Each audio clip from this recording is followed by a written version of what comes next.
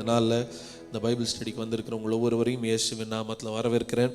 ஆன்லைனில் இணைந்திருக்கிற தேவ பிள்ளைகளையும் நாங்கள் வாழ்த்தி வரவேற்கிறோம். இந்த நாளில் கர்த்தர் உங்களுக்கு அநேக காரியங்களை கற்றுக் கொடுக்க போகிறார். ஓகே, ஸோ கடந்த 2 வாரங்களாக நற்செய்தியை குறித்து நம்ம தியானிச்சுட்டு வந்தோம்.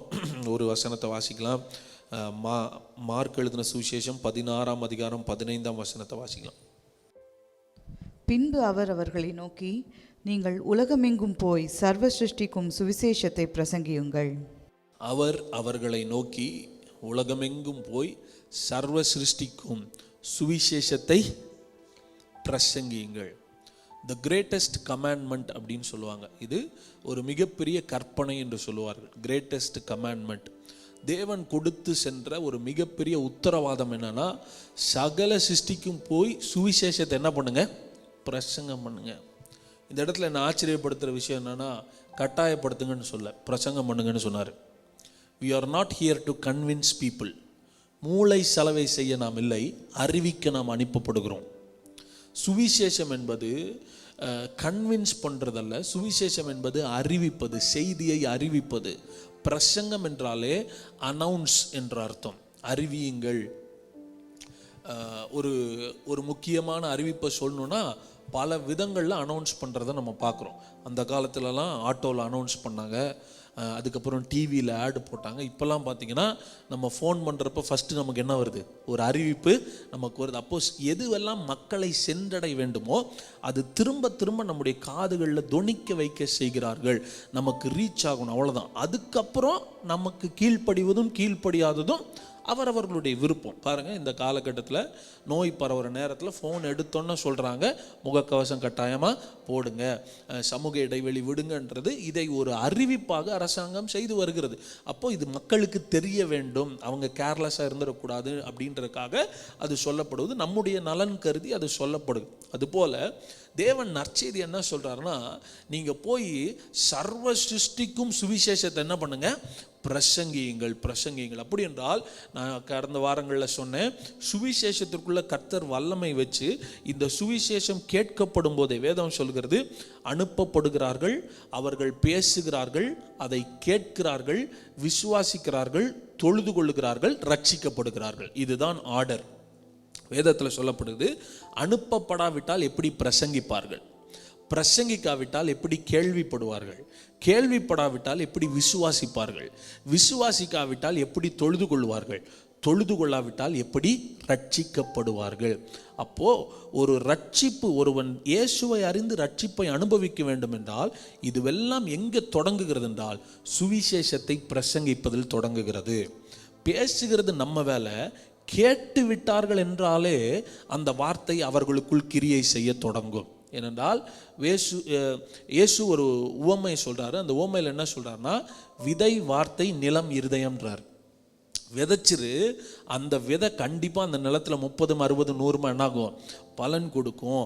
அப்போ சுவிசேஷத்தை, நற்செய்தியை பிரசங்கிக்க வேண்டியதும் அறிவிக்க வேண்டியதும் அனௌன்ஸ் பண்ண வேண்டியதும் நம்ம வேலை. அது செய்ய வேண்டிய வேலையை அது தானாய் செய்யும். ஆகவே தான் இயேசு சொல்கிறாரு, நான் அனுப்புகிற வார்த்தைகள் வெறுமை என்ன பண்ணாது, திரும்பாது, நான் அனுப்புகிற காரியம் ஆகும்படி வாய்க்கும் என்று சொல்லுகிறார். ஸோ கடந்த சில வாரங்களாக நம்ம இந்த சுவிசேஷத்தை குறித்து தான் படிச்சுட்டு வரோம். இதற்கு ஒரு தலைப்பு கொடுக்கணும் அப்படின்னா, கலப்படம் இல்லாத சுவிசேஷம். கலப்படம் இல்லாத சுவிசேஷம், ரா காஸ்பல், அன்டைல்யூட்டட் காஸ்பல். கலப்படம் இல்லாத சுத்தமான சுவிசேஷத்தில் பவர் இருக்குது. சுத்தமான சுவிசேஷத்தில் பவர். யோசிச்சு பாருங்க, ஒரு நாள் பேதுரு எந்திரிச்சு நின்று சுவிசேஷத்தை பேசுகிறாரு. அதை கேட்ட 3000 பேர் என்ன பண்ணிட்டாங்க. அப்படின்னா எப்படிப்பட்ட சுவிசேஷத்தை பேசியிருப்பாருன்னு யோசிச்சு பாருங்க. அதெல்லாம் நம்ம படித்து பார்க்கணும். சுவிசேஷம்னா நம்ம மனசுக்கு தோன்றது, நம்ம கேட்டது மாத்திரம் இல்லை. ஆதி அப்போஸ்தலர்கள் என்ன சுவிசேஷத்தை பேசினார்கள். அவர்கள் மரணத்தை பேசவில்லை, மரணத்திலிருந்து உயிர் தெழுந்த இயேசுவை பேசினார்கள். they preached the resurrected Christ. உயிர்த்தெழுந்த இயேசுவை பிரசங்கம் பண்ணாங்களே ஒழிய மரணத்தை பிரசங்கம் பண்ணி சுவிசேஷம் சொல்லலை அவங்க. பேதுரு என்ன பிரசங்கம் பண்ணாரு, யோவான் என்ன பேசுறாரு, பவுல் என்ன பிரசங்கம் பண்ணாருன்னு படிச்சா அதெல்லாம் ரா காஸ்பல். அந்த சுவிசேஷங்கள்லாம் பட்டணங்களை சந்தோஷப்படுத்தி இருக்கிறது. வேதம் சொல்லுகிறது, ஒரு பட்டணத்துக்குள்ளே போய் பேசுகிறாங்களா, சுவிசேஷ நிமித்தம் பட்டணத்தில் மிகுந்த சந்தோஷம் உண்டாச்சான். அப்போ சுவிசேஷம் என்பது சந்தோஷத்தை உண்டாக்குவது, துக்கத்தை சந்தோஷமாய் மாற்றுவது. சுவிசேஷம் பலருடைய வாழ்க்கையில மாற்றங்களை கொண்டு வந்திருக்கிறது, வாழ்க்கையில மிகப்பெரிய திருப்புமுனையை கொண்டு வந்திருக்கிறது. சுவிசேஷத்தினால ஜனங்களுடைய வாழ்க்கை மாறி இருக்கிறது. இன்றைக்கு நாம் சரியான சுவிசேஷத்தை நம்பி இருக்கிறோமா? சரியான சுவிசேஷத்தை பேசுகிறோமா? இயேசு எப்பேற்பட்ட சுவிசேஷத்தை போய் பிரசங்கம் பண்ண சொல்கிறாரு அப்படின்றத நம்ம கவனிக்கணும். பார்த்தீங்கன்னா இயேசு சீஷர்களை அனுப்பும்போது என்ன பேசணும் என்ன பண்ணணும்னு சொல்லி கொடுத்து அனுப்புகிறார். அப்போ அவர் என்ன சொல்கிறாருன்னா, நீங்கள் போய் சுவிசேஷம் சொல்லும்போது என்ன சொல்லுங்கன்னா, தேவனுடைய ராஜ்யம் எப்படி இருக்குன்னாரு, சமீபமாக இருக்கிறது. அதனால் அப்படி சொல்லிட்டு வியாதியஸ்தர்களை குணமாக்குங்கள், குஷ்டரோகிகளை சுத்தம் பண்ணுங்கள், பிசாசுகளை துரத்துங்கள், மரித்தோர்களை எழுப்புங்கள்னு சொல்லி என்ன பேசணும்னு சொல்கிறாருன்னா, ராஜ்யத்தின் சுவிசேஷத்தை பேசுங்கள் என்று சொல்லுகிறார். அப்போது இயேசு கொடுத்த மெசேஜ் என்ன மெசேஜ், அந்த மெசேஜினுடைய சாராம்சம் என்ன, எப்படிப்பட்ட சுவிசேஷத்தை பேசணும் அப்படின்னு ஓகே. இந்த நாளில் வந்து 2 விதமான சுவிசேஷத்தை நான் காட்டுறேன். இன்றைக்கி உலகத்தில் நம்ம கேள்விப்படுற ஒரு சுவிசேஷம்னு ஒன்று இருக்குது. வேதத்தை படிக்கும்போது ஒரு ஓவர் வியூ மாதிரி ரியல் காஸ்பல்ன்றது என்ன, நம்ம எப்படி புரிஞ்சுக்கணுன்ற இந்த 2 பிரிவினையை நான் உங்களுக்கு காட்ட போகிறேன். ஃபஸ்ட்டு, மனுஷன் மேலே ஆண்டவர் பயங்கரம் திட்டத்தை வச்சு இந்த ஸ்டோரி லைனை சொல்கிறேன். கண்டிப்பாக நீங்கள் இந்த சுவிசேஷத்தை கேட்டிருப்பீங்க. அதுக்கப்புறம் நான் வேதத்திலிருந்து ஆவியானவர் கற்றுக் கொடுக்குற ஒரு சுவிசேஷத்தை சொல்கிறேன். இது 2ல் எதுன்னு நீங்களே சூஸ் பண்ணுங்கள். கவனிங்க. அப்போது மனுஷன் தேவனை தம்முடைய சாயலாக படைக்கிறாரு, ரூபத்தின்படி படைக்கிறார், ஆணும் பெண்ணுமாக படைக்கிறார், அவர்களுக்கு பூமி முழுவதையும் கொடுக்கிறார், ஆண்டு கொள்ளுங்கள் என்ற அதிகாரத்தை கொடுக்கிறார், ஒரு தோட்டத்தை கொடுக்கிறார், எல்லாம் ஓகே. ஒரு கட்டத்தில் மனிதன் தேவன் இல்லாத போது சாப்பிட வேண்டாம் என்று சொன்ன கனி என்ன பண்ணிட்டான், சாப்பிட்டான். அதை ஆண்டவர் என்ன சொன்னாரா, நீ புசிக்கும் நாளில் என்ன ஆயிடுவ, சாகவே சாவாய்னு சொன்னார். அதே மாதிரி புசித்தார்கள். அவர்கள் புசித்த உடனே தாங்கள் நிர்வாணிகள் என்பதை அறிந்து அவர்கள் போய் ஒளிந்து கொண்டார்கள். தேவன் பரிசுத்தர், அவர்கள் பாவிகள் என்ன பண்ண முடியாது, பார்க்க முடியாது. தேவன் ரொம்ப பரிசுத்தர், பாவிகள் அவரை நெருங்க முடியாது. பாவம் செய்துட்டு ஒருத்தர் தேவன்கிட்ட வர முடியாது. அதனால் அவர்கள் போய் ஒளிந்து கொண்டார்கள். மரணம் அவர்களை ஆண்டு கொண்டது. அப்போது பாவம் செய்ததுனால பலி செலுத்தப்பட வேண்டியது இருந்துச்சு. தேவன் வந்து தோட்டத்தை விட்டு அவங்களை வெளியே தள்ளிட்டாரு.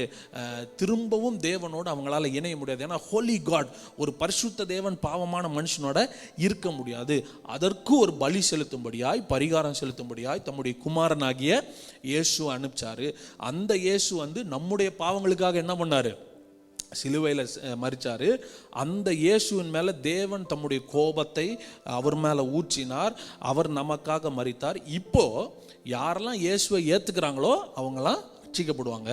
யாரெல்லாம் இயேசுவை ஏற்றுக்கலையோ நித்தியமாக என்ன பண்ணுவாங்க, கஷ்டப்படுவாங்க. பாவத்தின் சம்பளம் மரணம், அதை வந்து அவங்க அனுபவிப்பாங்க. இதை தான் இது வரைக்கும் நம்ம கேட்ட ஸ்டோரி லைன். இந்த ஸ்டோரி லைனில் தேவனை இந்த சுவிசேஷத்தில், இந்த முறையில் பிரசங்கிக்கிற சுவிசேஷத்தில் தேவனை நம்ம எப்படி பிரதிபலிக்கிறோம், எப்படி காட்டுறோன்னா, அவரை ஒரு நியாயாதிபதியாய் காட்டுகிறோம். we are projecting God as a judge.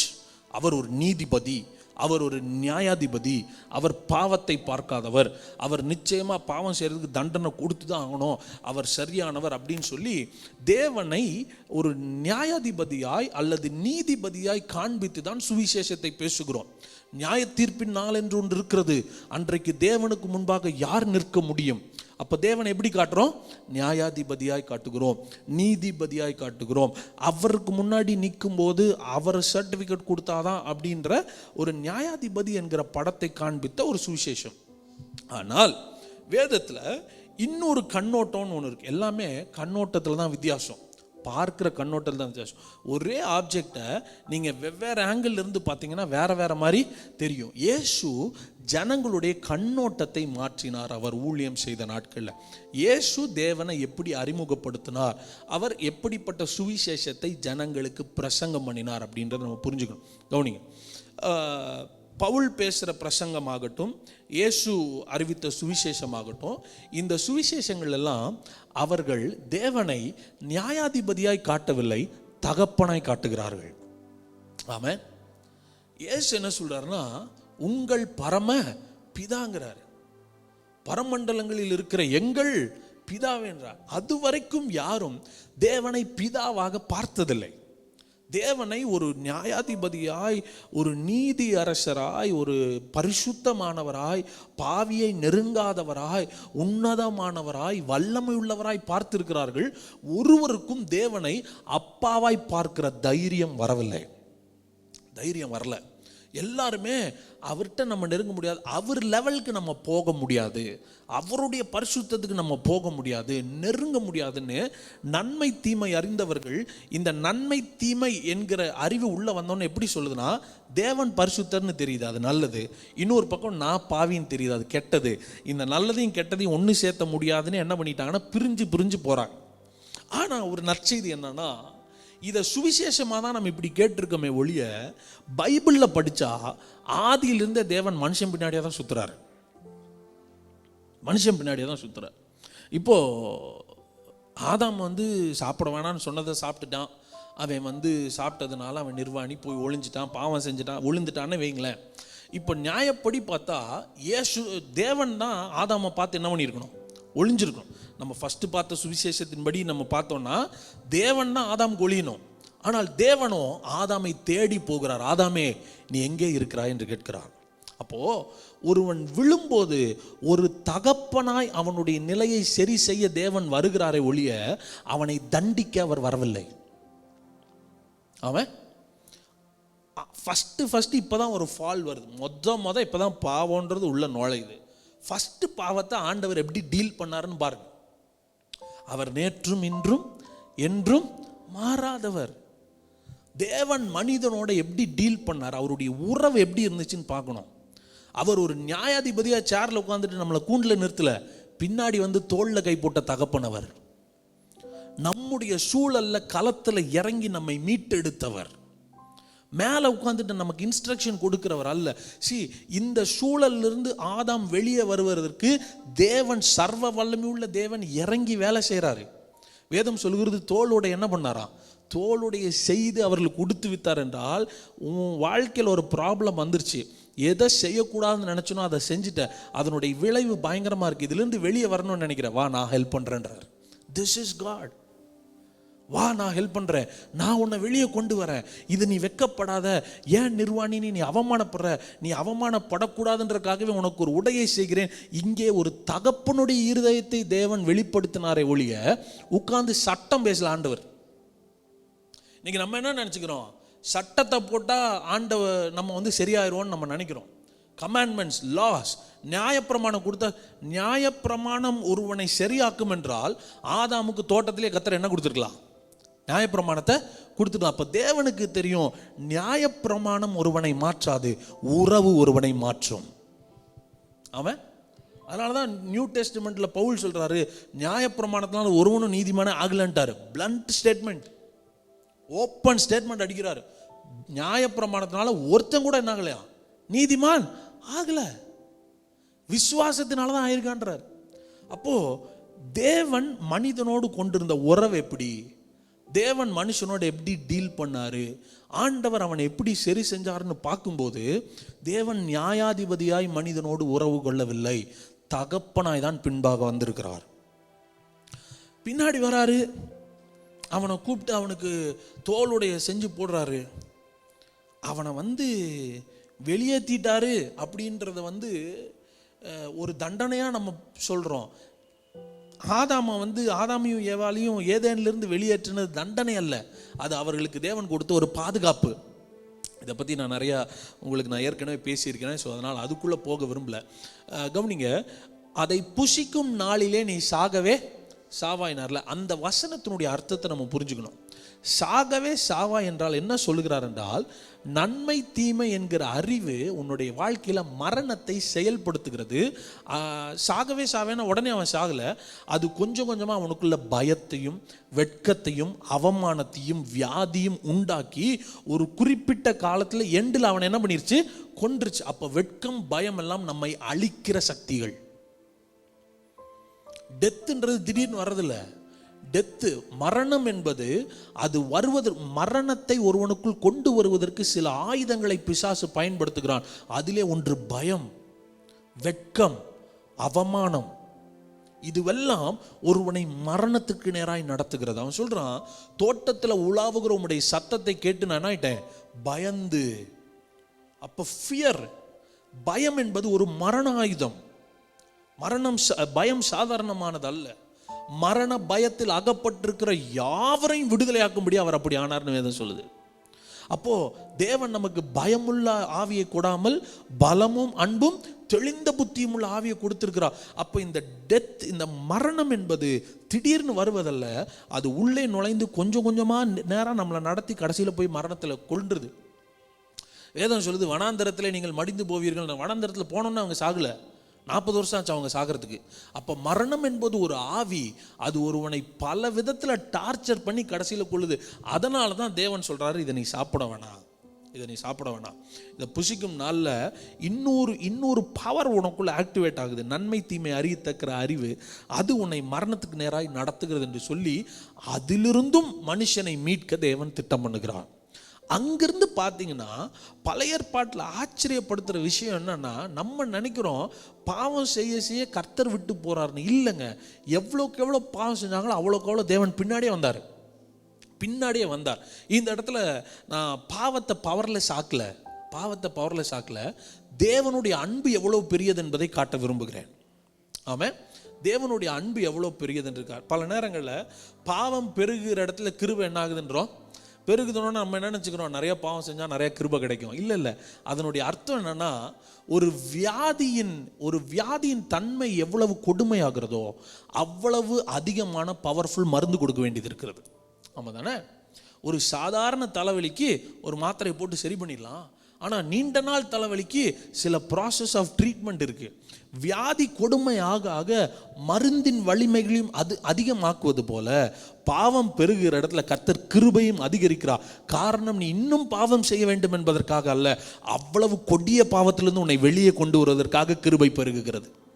ஆமாம், உனக்கு ஹெவி டோசேஜ் போடுறேன் அதனால் இன்னும் நீ கஷ்டப்படு. இல்லை, டாக்டர்ஸ் ஹெவி டோசேஜ் கொடுக்கறது எதுக்குன்னா, ரொம்ப பாதிக்கப்பட்டிருக்கிறீங்க, அதிலிருந்து உங்களை வெளியே கொண்டு வருவதற்காக.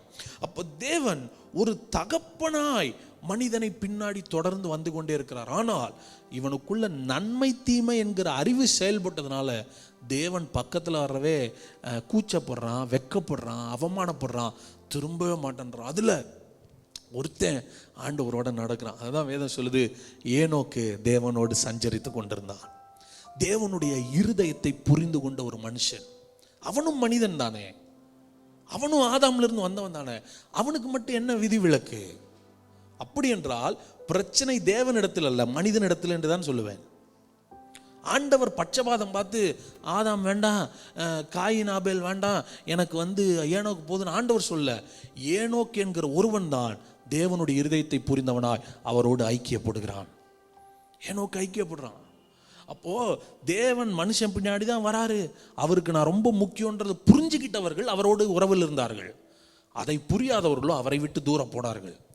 அடுத்தது நோவாவை பார்க்குறோம், அடுத்தது ஆபிரகாமை பார்க்குறோம். ஆபிரகாமை பார்க்கும்போது ஆண்டவருக்கு பயங்கர சந்தோஷம். ஏன்னா என்னுடைய அன்பை யாருமே புரிஞ்சுக்கல. ஏனோக்குன்றவன் புரிஞ்சுக்கிட்டான், அவன் எடுத்துக்கொள்ளப்பட்டான்.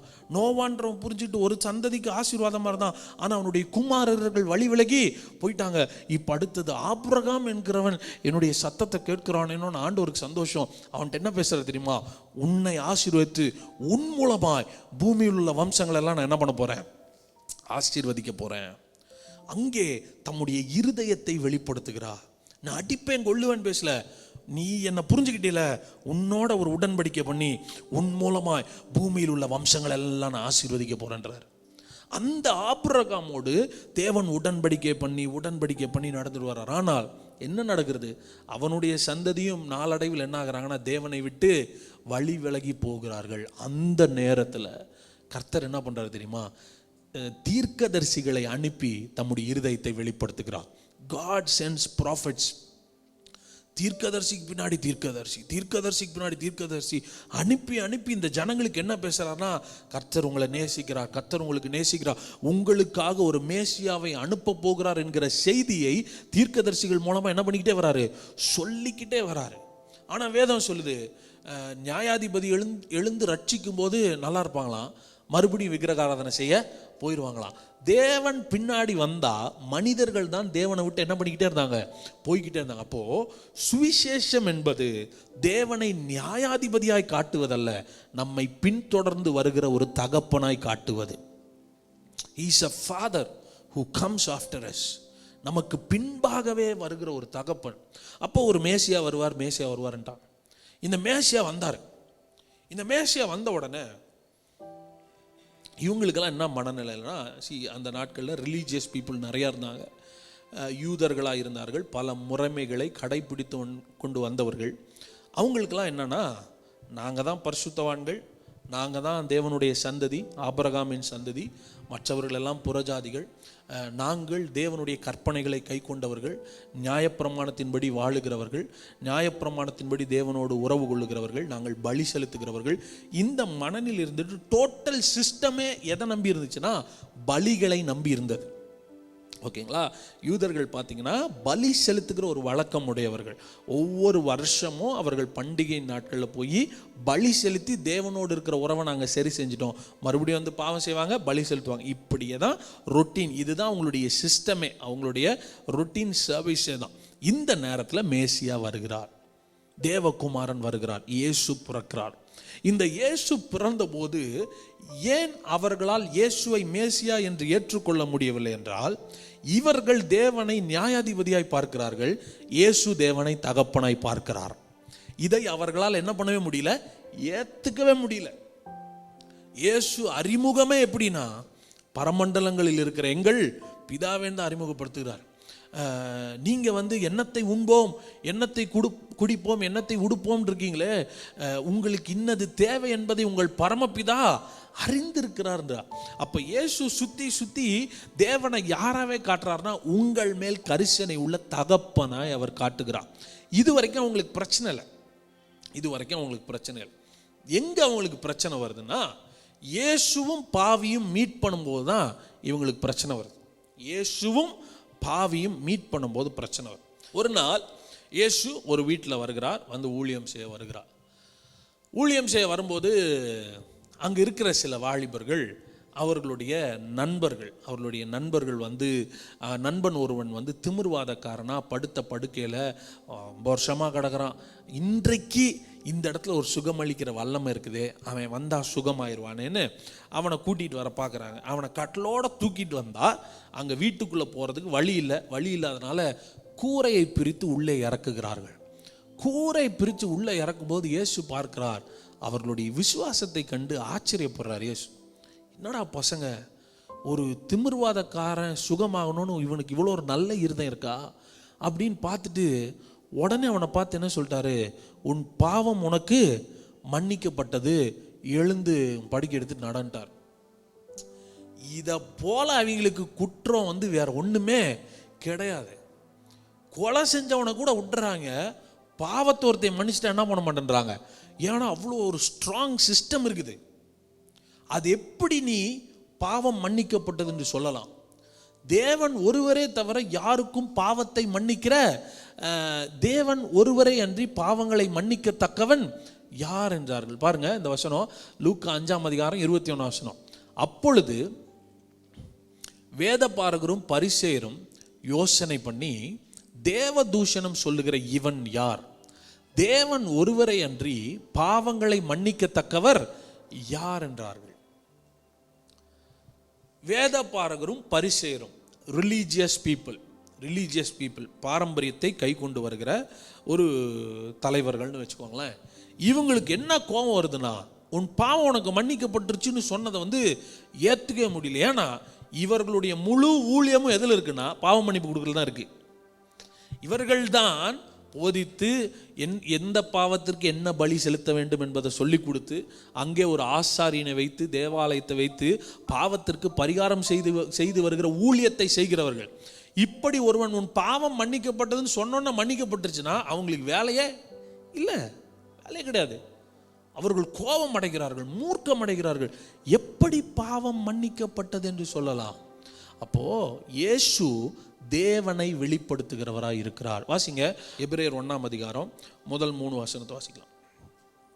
பூர்வ காலங்களில் பங்கு பங்காகவும் வகை வகையாகவும் தீர்க்கதரிசிகள் மூலமாய் பிதாக்களுக்கு திருவுளம் பற்றின தேவன் இந்த கடைசி நாட்களில் குமாரன் மூலமாய் நமக்கு திருவுளம் பற்றினார். இவரை சர்வத்துக்கும் சுதந்திரவாளியாக நியமித்தார். இவரை கொண்டு உலகங்களையும் உண்டாக்கினார். இவர் அவருடைய மகிமையின் பிரகாசமும் அவருடைய தன்மையின் சொரூபமாயிருந்து சர்வத்தையும் தம்முடைய வல்லமையின் வசனத்தினாலே தாங்குகிறவராய் தம்மாலே தாமே நம்முடைய பாவங்களை நீக்கும் சுத்திகரிப்பை உண்டு பண்ணி உன்னதத்திலுள்ள மகத்துவமானவருடைய வலது பாரிசத்திலே உட்கார்ந்தார். கவனிங்க, இந்த 3 வசனத்தில் மிகப்பெரிய ரகசியம் இருக்குது. இதை புரிஞ்சுக்கிட்டிங்கன்னா நீங்கள் பைபிளை பார்க்குற விதமே மாறிடும். ஏன்னா இதை நான் உங்களுக்கு சொல்லாமல் நான் வாட்டுக்கு பேசிகிட்டே இருந்தேன்னா உங்களுக்கு புரியாது. ஃபஸ்ட்டு வசனத்தில் என்ன சொல்கிறாருன்னா, பூர்வ காலங்களில் ஏன்ஷியன்ட் டேஸ் முற்காலங்களிலே பங்கு பங்காகவும் வகை வகையாகவும் தீர்க்கதரிசிகள் மூலமாய் பிதாக்களுக்கு திருவுளம் பற்றின தேவன். கவனிங்க, பிதாக்களோடு பூர்வ காலங்களில் தேவன் பேசினார். யார் மூலமாய் பேசினார்னா மீடியேட்டர்ஸ் யாரு? தீர்க்கதரிசிகள். தீர்க்கதரிசிகள் மூலமாக இங்கே கர்த்தர் சொல்லிவிடுவார், அதை போய் அவங்க அங்கே சொல்லுவாங்க. மறுபடியும் அவங்க அங்கே கேட்டு வந்து இங்கே சொல்லுவாங்க. மறுபடியும் இங்கே பேசும்போது இப்படித்தான் மோசே, எலியா, எலிசா இவர்கள் எல்லாரும் தேவனுக்கு தீர்க்கதரிசிகளாய் தேவனுக்கும் மனிதர்களுக்கும் நடுவில் நின்றவர்கள். அவர்களை பற்றி இங்கே எபிரேயத்தில் என்ன சொல்கிறாங்கன்னா, தேவன் பங்கு பங்காகவும் வகை வகை அப்படின்னா பார்ட் பை பார்ட்டாக தான் ஆண்டவர் பேசினார வழியே தேவனை இவர்கள் யாரும் முழுவதும் என்ன பண்ணல, பார்க்கல. யாருமே தேவனை முழுசாக பார்க்கல. அதனால தான் இயேசு பார்த்தீங்கன்னா நிறைய இடங்களில் கரெக்ட் பண்ணுவார். ஒரு இடத்துல என்ன சொல்லுவாங்க சீஷர்கள், ஆண்டவரே நம்மளை ஊருக்குள்ளே விடமாட்டேன்றாங்க, தீர்க்கதரிசி மாதிரி நம்ம அக்கினி இறங்கி எட்ட பண்ணிடுவோம், அக்கினி இறங்கி கொன்றுவோன்னும் போது இயேசு சொல்லுவார், ஏய் நீ இன்னும் ஆவி உடையவன் என்பது உனக்கு தெரியாதா, அவங்கள மாதிரி நீ இருக்கக்கூடாதுன்றார். இன்னொரு இடத்துல சீஷர்கள் இன்னொரு இடத்துல ஜனங்கள் இயேசுகிட்ட கேட்குறாங்க. என்ன கேட்குறாங்கன்னா, மோசே எங்களுக்கு சொல்லியிருக்கிறாரு, தள்ளுதற் சீட்டை கொடுத்துட்டு நாங்கள் விவாகரத்து பண்ணிக்கலான்னு மோசே எங்களுக்கு சொல்லியிருக்கிறாரு, நீங்கள் என்ன சொல்கிறீங்கன்னு கேட்குறாரு. இப்போ இவர் தேவகுமாரன். அவர் என்ன சொல்லிட்டாருன்னா, மோசே உங்கள் இருதய கடினத்து நிமித்தம் அதை என்ன பண்ணாருன்ட்டாரு, கொடுத்தார். தள்ளுதற் சீட்டை கொடுத்து விவாகரத்து பண்ணிக்கலான்றது இவங்களை பொறுத்த வரைக்கும் நியாயப்பிரமாணத்தில் ஒன்று. ஆனால் இயேசுவை பொறுத்த வரைக்கும் நான் கொடுக்கல, அது மோசே சொன்னான்ட்டார். ஓகேங்களா? அது என்னுடைய இருதயம் அல்லன்றார். அப்போ மோசே சில காரியங்களை ஜனங்களை ஆஃப் பண்ணுறதுக்காக என்ன பண்ணிட்டு போயிட்டாரு, சொல்லிட்டு போயிட்டாரு. It is not from God. தேவன் சொல்றாரு, ஆதி முதல் அப்படி இருந்ததில்லை, நீங்க கட்டாயப்படுத்தி இப்படி ஒரு பிரமாணத்தை வாங்கிக்கிட்டீங்க. It is because of you. உங்க இருதய கடினத்து நிமித்தம் அப்படி கொடுக்க வேண்டி உந்தி தள்ளப்பட்டார் மோசே. ஆனால் தேவனுடைய இருதயம் அப்படிப்பட்டது அல்ல. நான் சொல்லட்டுங்களா, சிலது நீங்க தேவனை ஃபோர்ஸ் பண்ணி வாங்கலாம், அது உங்களுக்கு ஆசீர்வாதமா இருக்காது. நீங்க நிறைய பேர் என்ன பண்றாங்கன்னா, உபவாசம் போட்டு ஜெபிச்சு இதுதான் வேணும். நான் என்ன சொல்றேன், சில நேரங்களில் கட்டாயப்படுத்தும் போது வேற வழி இல்லாமல் கர்த்தர் கொடுப்பார், அது உங்களுக்கு ஆசீர்வாதமா இருக்காது. இங்க அப்படிதான் சொல்றாரு, விவாகரத்து நீ தள்ளுதற்சீட்டு கொடுத்து பண்ணிக்கலான்றது என்னுடைய ஐடியா கிடையாது, நீ மனக்கடினத்தில் கேட்டு என்ன பண்ணிக்கிட்ட, வாங்கிக்கிட்ட. அப்போ ஒரு தீர்க்கதரிசி என்கிறவர்கள் மூலமாய் அவர்கள் வழியாய் கர்த்தர் அவங்களுக்கு என்ன பண்ணிட்டு இருந்தாரா, திருவுளம் பற்றினார். ஓகே. ஆனால் இந்த கடைசி நாட்களில் இப்போ தேவன் எப்படி பேசுறாரு, இப்போ எப்படி பேசுறாருன்னா, இந்த கடைசி நாட்களில் குமாரன் மூலமாய் நமக்கு என்ன பண்ணாரா, திருவுளம் பற்றினார். இவரை சர்வத்திற்கும் சுதந்திரவாளியாக நியமித்தார். இவரை கொண்டு உலகங்களையும் கவனிங்க, இந்த 2 வசனத்தில் எவ்வளோ வித்தியாசம் இருக்கு பாருங்க. வசனம் என்ன சொல்லுதுன்னா, பிளைனா தீர்க்கதரிசிகள் மூலமா பேசினார், முடிஞ்சு. ஆனா குமாரனை பத்தி பேசும்போது 3வது வசனத்தில் என்ன சொல்றாருன்னா, இவர் அவருடைய மகிமையின் பிரகாஷ். அப்படின்னா என்ன சொன்னா, ஹி இஸ் காட் அப்படிங்கிறார். இவர்தான் மகிமையின் பிரகாஷ். தீர்க்கதரிசிகள் ஒரு நபர்கள், தேவனை டிரான்ஸ்லேட் பண்ணவங்க. ஆனால் இவரோ டிரான்ஸ்லேட் பண்ணவர் வந்தவர் அல்ல, இவர் தான் மெசேஜ்ங்கிறார். மெசேஜே இயேசு தான். இங்கே இயேசு மெசேஜை கொண்டு வரல, மெசேஜே இயேசு தான். நானே வழியும் சத்தியமும் ஜீவனுமா இருக்கிறேன். ஓல்ட் டெஸ்ட்மெண்ட்ல தீர்க்கதரிசிகள் செய்தியை சுமந்து வந்தார்கள். நியூ டெஸ்ட்மெண்ட்ல செய்தியே இயேசு கிறிஸ்து தான். ஜீசஸ் கிரைஸ்ட் தான் மெசேஜ். இவரே அவருடைய மகிமையின் பிரகாசமும் அவருடைய தன்மையின் சொரூபமுமாய் இருந்து சர்வத்தையும் தம்முடைய வல்லமையுள்ள வசனத்தினாலே தாங்குகிறவராய் தம்மாலே தாமே நம்முடைய பாவங்களை நீக்கும் சுத்திகரிப்பை உண்டு பண்ணி உன்னதத்தில் உள்ள மகத்துவமானவருடைய வலது பாரிசத்தில் உட்கார்ந்தார். ஸோ இந்த 3 வசனத்தில் நம்ம என்ன புரிஞ்சுக்கிறோம்னா, நீங்கள் எல்லாமே பாருங்க, பழைய ஏற்பாட்டில் தீர்க்கதரிசிகள் உரைத்ததெல்லாம் படிங்க. இந்த பக்கம் இயேசு என்னென்ன பேசினார் பண்ணார்னு பாருங்க. இது 2ல் எதுவெல்லாம் மேட்ச் ஆகலையோ அதெல்லாம் தள்ளி வச்சிடணும். எதுவெல்லாம் மேட்ச் ஆகலையோ அதெல்லாம் என்ன பண்ணிடணும், தள்ளி வச்சிடணும். இயேசு ஒன்று சொல்றாரு, மோசே ஒன்று சொல்கிறாருன்னா இயேசுவை கீழே வச்சுட்டு மோசையை தூக்கி பிடிக்கக்கூடாது. மோசே சொன்னதை கொஞ்சம் தள்ளி வச்சுட்டு இயேசு சொன்னதை தூக்கி பிடிக்கணும். ஏன்னா இவரே அவருடைய மகிமையின் பிரகாசமாக இருக்கிறார். இவர் மூலமாக இன்றைக்கு தேவன் பேசுகிறார். அப்போது தீர்க்கதரிசிகள் மூலமாய் பேசினது அந்த காலம், குமாரன் மூலமாய் பேசுவது இந்த காலம். இன்னைக்கு நமக்கு என்ன இன்ஸ்ட்ரக்ஷன் வருதோ அதை தான் கேட்கணுமே ஒழிய பழைய இன்ஸ்ட்ரக்ஷனை வச்சு இன்னைக்கு நம்ம வாழ முடியாது. இன்ஸ்ட்ரக்ஷன் மேனுவல் மாறிடுச்சு. நமக்கு வர வேண்டிய செய்தியினுடைய தளம் மாறிவிட்டது. அந்த காலத்தில் அவர்கள் மூலமாய் வந்த செய்தி, இந்த காலத்தில் குமாரன் மூலமாய் வருகிற செய்தி. அந்த குமாரன் தேவனை நீதிபதியாகவோ நியாயாதிபதியாகவோ காட்டவில்லை, தகப்பனாய் காட்டுகிறார். அப்போ நீங்களும் நானும் ஆண்டவரை எப்படி தான் பார்க்கணும்னா அப்பாவாக தான் பார்க்கணும். என்னை பின்தொடர்ந்து வந்து என்னோடு ஒரு உறவை எதிர்பார்க்கிற தகப்பனாய் தான் தேவனை பார்க்கணும் ஒழிய குச்சியை வச்சுட்டு நிற்கிற நியாயாதிபதியாக என்ன பண்ணக்கூடாது, பார்க்கக்கூடாது. நியாயாதிபதியாக பார்க்கக்கூடாது. பல நேரங்களில் இந்த மாதிரி இயேசு சொன்ன சில காரியங்களை வச்சு அவர் நியாயாதிபதின்றோம். ஒரு பகுதியை வாசிக்கலாமே. மத்தேயு 5ஆம் அதிகாரம். மத்தேயு 5ஆம் அதிகாரத்தில் மலை பிரசங்கத்தில் ரொம்ப கடினமாக இயேசு பேசினார் அப்படின்னு நம்ம நினைக்கிறோம். It was very hard. பிரமாணத்தையே இன்னும் கடினமாக்கினார் அப்படின்னு நம்ம நினைக்கிறோம். பழைய ஏற்பாட்டில் இருந்த பிரமாணத்தை விட புதிய ஏற்பாட்டில் பிரமாணம் ரொம்ப கடினமானது அப்படின்னு நம்ம நினைக்கிறோம். ஆனால் ஆக்சுவலாக இயேசு அப்படி பேசவில்லை. வாசிக்கலாம். 27ஆம் வசனம், 5ஆம் அதிகாரம் 27ஆம் வசனத்தை வாசி. விபச்சாரம் செய்யாதிருப்பாயாக என்பது பூர்வத்தாருக்கு உரைக்கப்பட்டதென்று கேள்விப்பட்டிருக்கிறீர்கள். நான் உங்களுக்கு சொல்லுகிறேன், ஒரு ஸ்திரீயை இச்சையோடு பார்க்கிற எவனும் தன் இருதயத்தில் அவளோட விபச்சாரம் செய்தாயிற்று. ஒரு ஸ்திரீயை, இந்த இடத்துல இயேசு பேசுகிற அந்த டோனை பாருங்கள், எப்படி பேசுகிறாருன்னு பாருங்கள். விபச்சாரம் செய்யாதிருப்பாயாக என்பது பூர்வத்தாருக்கு உரைக்கப்பட்டது என்று என்ன பண்ணியிருக்கிறீங்க? பூர்வத்தாருக்கு இப்படி ஒரு லா கொடுத்துருந்தாங்க. என்ன சொல்லியிருந்தாங்கன்னா, விபச்சாரம் செய்யக்கூடாது. நான் உங்களுக்கு சொல்லுகிறேன், ஒரு ஸ்திரீயை இச்சையோட பார்க்கிற எவனும் தன் இருதயத்தில் என்ன பண்ணியாச்சு? விபச்சாரம் செய்தாயிற்று. கவனிங்க. இப்போது இதை கேட்கும்போது நமக்கு என்ன ஆயிடுதுன்னா, அந்த காலமே பரவாயில்லையாட்டிருக்குது, இந்த காலம் லாலாம் ரொம்ப ஸ்ட்ரிக்ட் ஆக்கிட்டாரு, இதுக்கு அதே பரவாயில்லன்னு நம்ம நினைக்கிறோம். ஆனால் இந்த இடத்துல இயேசு என்ன சொல்ல வரான்னு புரிஞ்சுக்கணும். அவங்க சொன்னாங்க விபச்சாரம் செய்யாதிருப்பாங்கன்னா, நான் சொல்கிறேன் தம்பி, மனசில் இச்சை எழும்பும் போதே ஜெயிச்சிரு, நீ விபச்சாரம் செய்ய மாட்டேன்னு சொல்கிறாரு. ஒரு தகப்பனை போல ஆலோசனை கொடுக்குறார். எப்பொழுது ஒருவன் விபச்சாரம் செய்கிறானா, விபச்சாரத்தை உடனே போய் செய்கிறதில்ல, அவன் மாம்சத்தில் சரீரத்தில் செய்யறதுக்கு முன்னாடி முதல்ல எங்கே செய்கிறான்? மனசில் செஞ்சு தான் விபச்சாரம் செய்ய போகிறான். மனசில் ஒரு இச்சை வந்து தான் அதை விபச்சாரமாக செய்கிறான். நான் உனக்கு சொல்கிறேன், ஒரு தகப்பனா அந்த அளவுக்குலாம் போகாத, இங்கே இச்சை எழும்பும் போதே ஜெயிச்சிடறான்றாரு. This is Jesus. தகப்பன் என்ன சொல்லி கொடுக்குறாருன்னா, ஒரு தகப்பன் ஆலோசனை கொடுப்பது போல, நீ போய் விழுந்தெந்திரான்னு சொல்லாமல் விழாமல் இருக்கிறது எப்படின்னு சொல்லி கொடுக்குறார். அப்போ இங்கே தேவன் நமக்கு சட்ட திட்டங்களை கடினமாக்கல, பிரச்சனைக்கு தப்பித்து கொள்ள வழிகாட்டுகிறார். ஒரு தகப்பனுடைய ஆலோசனை இது. எப்பா, மனசில் விபச்சாரம்ன்றது வெளியே செஞ்சாதான் இல்லைப்பா. பல பேர் வெளியே செய்யல, ஆனால் எங்கே செஞ்சிட்டு இருக்கான்? மனசில் செஞ்சுட்டு இருக்கான். வெளியே செய்யலன்ட்டு நான் கரெக்டுன்னு நினச்சிட்டு இருக்கான், ஆனால் அவன் மனசில் டெய்லி விபச்சாரம் பண்ணிட்டு இருக்கான். நீ எப்படி இருக்கணும் தெரியுமா? மனசிலே விபச்சாரம் செய்யாமல் பரிசுத்தமாக இருக்கலான்றார். ஒரு தகப்பனை போல எது தீமை என்பதை கற்றுக் கொடுக்கிறார்.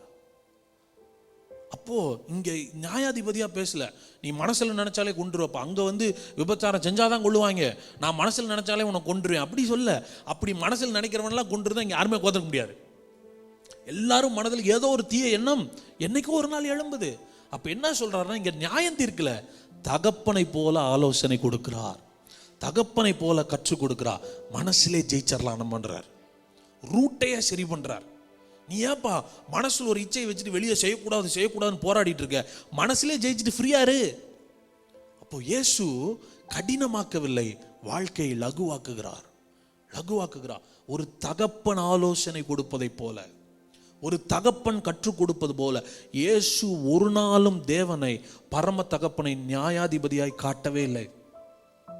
ஒரு அன்பு கூறுகிற தகப்பனாய், நம்மேல் கரிசனை உள்ள தகப்பனாய் தான் காட்டுறாரு.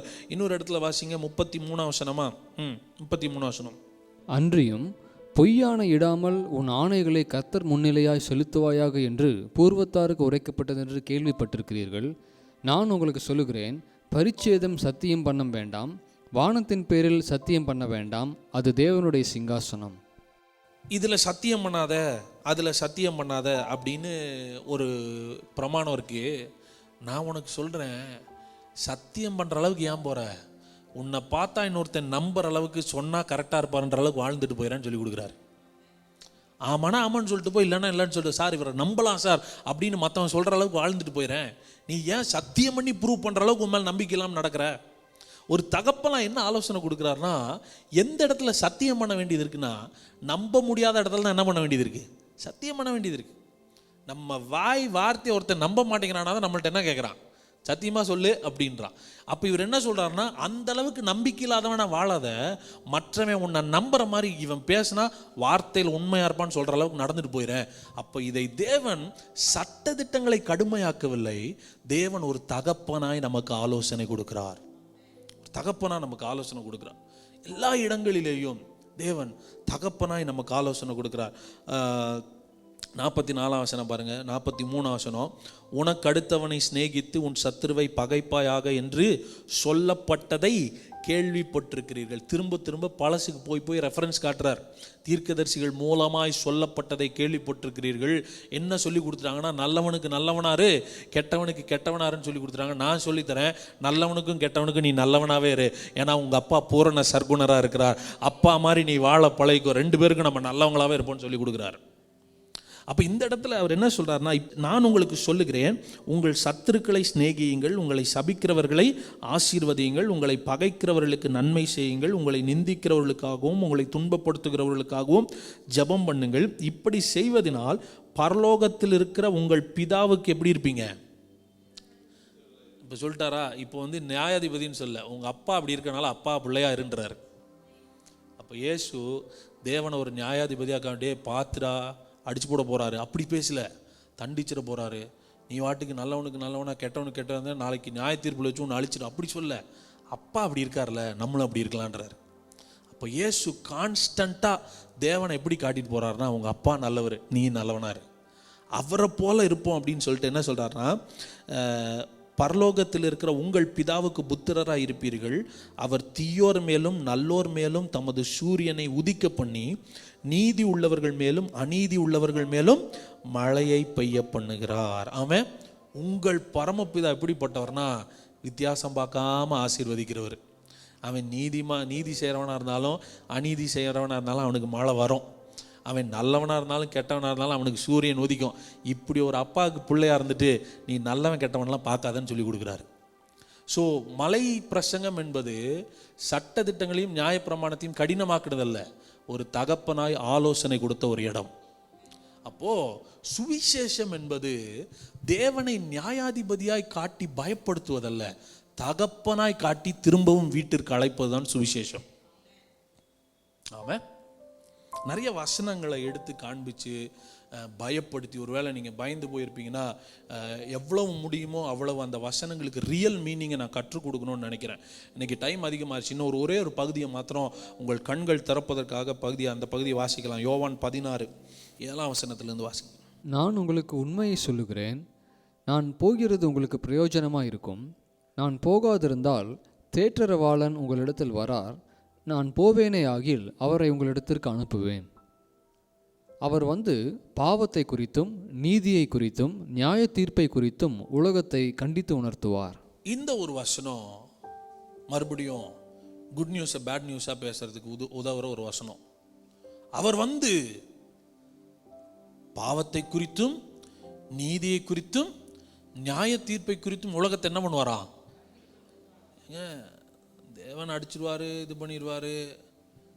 இயேசு வந்தார், அடுத்தது இப்போ பரிசுத்த ஆவியானவர் வந்து ஒவ்வொருத்தனையும் கண்டிச்சிருவார், உணர்த்திடுவார். பாவத்தை குறித்து தான் பேசுவார். ஆவியானவர் வந்தோன்னே ஃபஸ்ட்டு பாவத்தை தான் உணர்த்துவார், நீதியை பற்றி பேசுவார், அடுத்தது நியாய தீர்ப்பை பற்றி கண்டித்து உணர்த்துவார்னு ஒரு தவறான படத்தை காமிச்சிட்டோம். இதை நீங்கள் புரிஞ்சுக்கணுன்னா அடுத்த 2 வசனத்தை வாசிக்கணும். இந்த வசனத்தினுடைய அர்த்தம் புரிய வேண்டும் என்றால் அடுத்த சில வசனங்களை நம்ம படிக்கணும். 12ஆம் வசனம் வரைக்கும் படிக்கணும். 9ஆம் வசனம் வாசிங்க. அவர்கள் என்னை விசுவாசியாதபடியினாலே பாவத்தை குறித்தும். ஃபஸ்ட்டு பாவம்ன்றது என்னன்னா தேவனை விசுவாசியாமல் இருப்பது தான் பாவம். ஓகேங்களா? அவர்கள் என்னை விசுவாசியாதபடியினாலே எதை குறித்து பேசுவாராம்? பாவம்.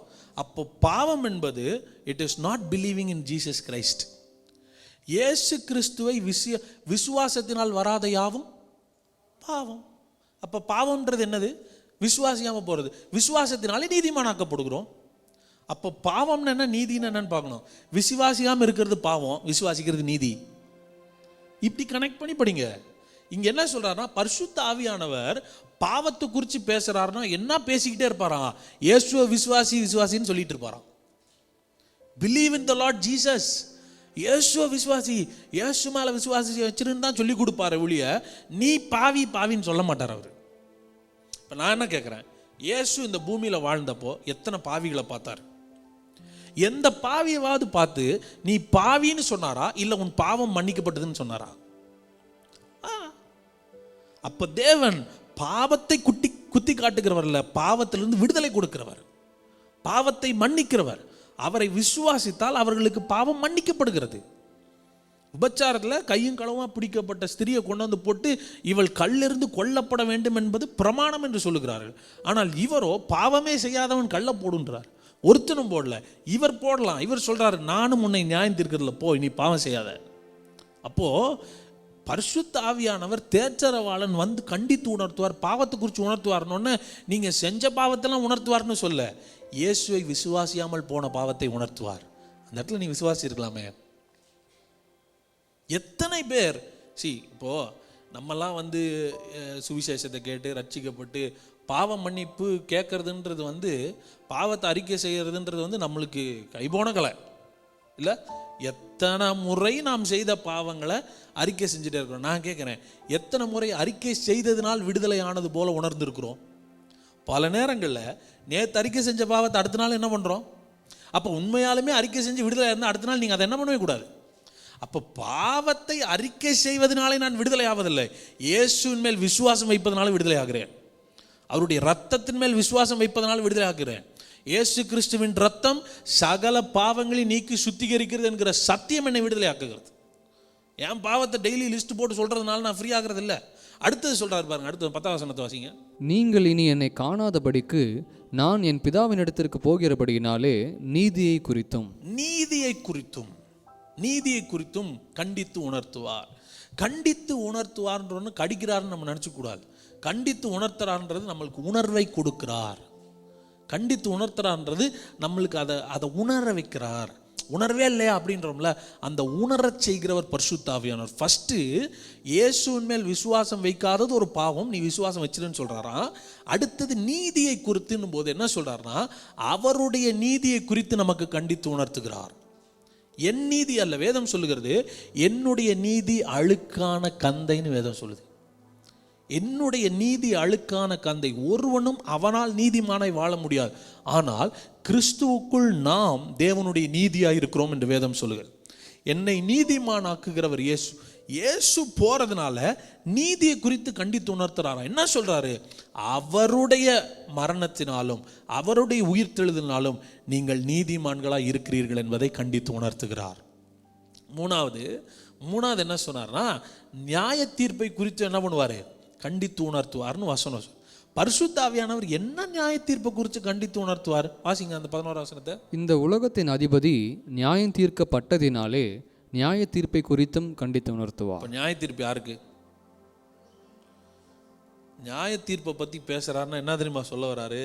பிசாசை பற்றிலாம் பயப்படாத, அவனெல்லாம் சிலுவையிலே நியாயம் தீர்த்தாச்சு, நீ ஃப்ரீன்னு சொல்கிறாராம். உனக்கு தண்டனையை சொல்கிறவர் அல்ல, பிசாசு தண்டிக்கப்பட்டதை சொல்லுகிறார். அதுதான் நியாய தீர்ப்பு. நியாய தீர்ப்பு என்பது நமக்கு நியமிக்கப்பட்டதல்ல, அது பிசாசுக்கு நியமிக்கப்பட்டது. அப்போ இந்த உலகத்தின் அதிபதி நியாயம் தீர்க்கப்பட்டதினாலே, அப்போ நியாய தீர்ப்புன்றது ஃபியூச்சர் கிடையாது, அது பாஸ்ட். நியாய தீர்க்கப்படுவதினாலே அல்ல, நியாய தீர்க்கப்பட்டதினாலே. அப்ப சிலுவையில் இயேசு பிசாசை நியாய தீர்த்து விட்டார் என்பதை இயேசு நமக்கு சொல்லி, பரிசுத்த ஆவியானவர் நமக்கு சொல்லி கொண்டே இருப்பாராம். அப்போ பரிசுத்த ஆவியானவருடைய ஊழியத்தை இப்படி புரிஞ்சுக்கிறத விட்டுட்டு அவர் பாவத்தை குறித்தும் நீ நீதிமானா இருக்கணும்னு உனக்கு ஒரு நியாய தீர்ப்பு காத்திருக்கணும்னு பேசிக்கிட்டே இருப்பார். தவறாக புரிஞ்சுக்க கூடாது. அப்போ தேவன் பிதாவானவர் நம்மேல் கர்சனை உள்ளவராக இருக்கிறார். இயேசு தேவனை பிதாவாய் வெளிப்படுத்துகிறார். பரிசுத்த ஆவியானவர் இயேசு செய்து முடித்த ஊழியத்தை நமக்கு என்ன பண்ணிக்கிட்டே இருக்கிறார், உணர்த்தி கொண்டே இருக்கிறார். இப்படித்தான் நற்செய்தி பேசணுமே தவிர தேவனை ஏதோ நீதிபதி நியாயாதிபதி அடிக்கிறவர் நியாய தீர்ப்புக்காரர் மாதிரியும், இயேசு கிறிஸ்துவ அவர் கோபத்தெல்லாம் இவர் விழுங்கிட்டு நம்மளை ஃப்ரீயாக விடுறவர் மாதிரியும், பரிசுத்த ஆவியானவர் நமக்குள்ள உட்காந்து குத்தி காட்டுறவர் மாதிரியும் பேசினா அது குட் நியூஸ் கிடையாது, அது பேட் நியூஸ். அது நற்செய்தி அல்ல, அது துர்ச்செய்தியாய் மாறிவிடும். ஆனால் இந்த இடத்துல இன்னைக்கு நம்ம பார்க்குற இந்த வேத பாடம் என்னன்னா, சரியான சுவிசேஷம் என்பது தேவனை நீதிபதியாகவும் தண்டிக்கிறவராகவும் பார்ப்பதல்ல, தேவனை தகப்பனாய் பார்ப்பது. அதனால தான் வேதம் சொல்லுது, இயேசுவை விசுவாசிக்கிறவன் மேல் ஆக்கினை தீர்ப்பில்லைன்னு வேதம் சொல்லுது. There is no condemnation for those who believe in Christ. இயேசு கிறிஸ்துவை விசுவாசிக்கிறவர்களுக்கு ஆக்கினை தீர்ப்பென்பது இல்லை. ஏனென்றால் நீங்கள் அவரை விசுவாசிக்கிறீர்கள். விசுவாசிக்கிறவர்கள் நீதிமான்கள் ஆகிறார்கள்.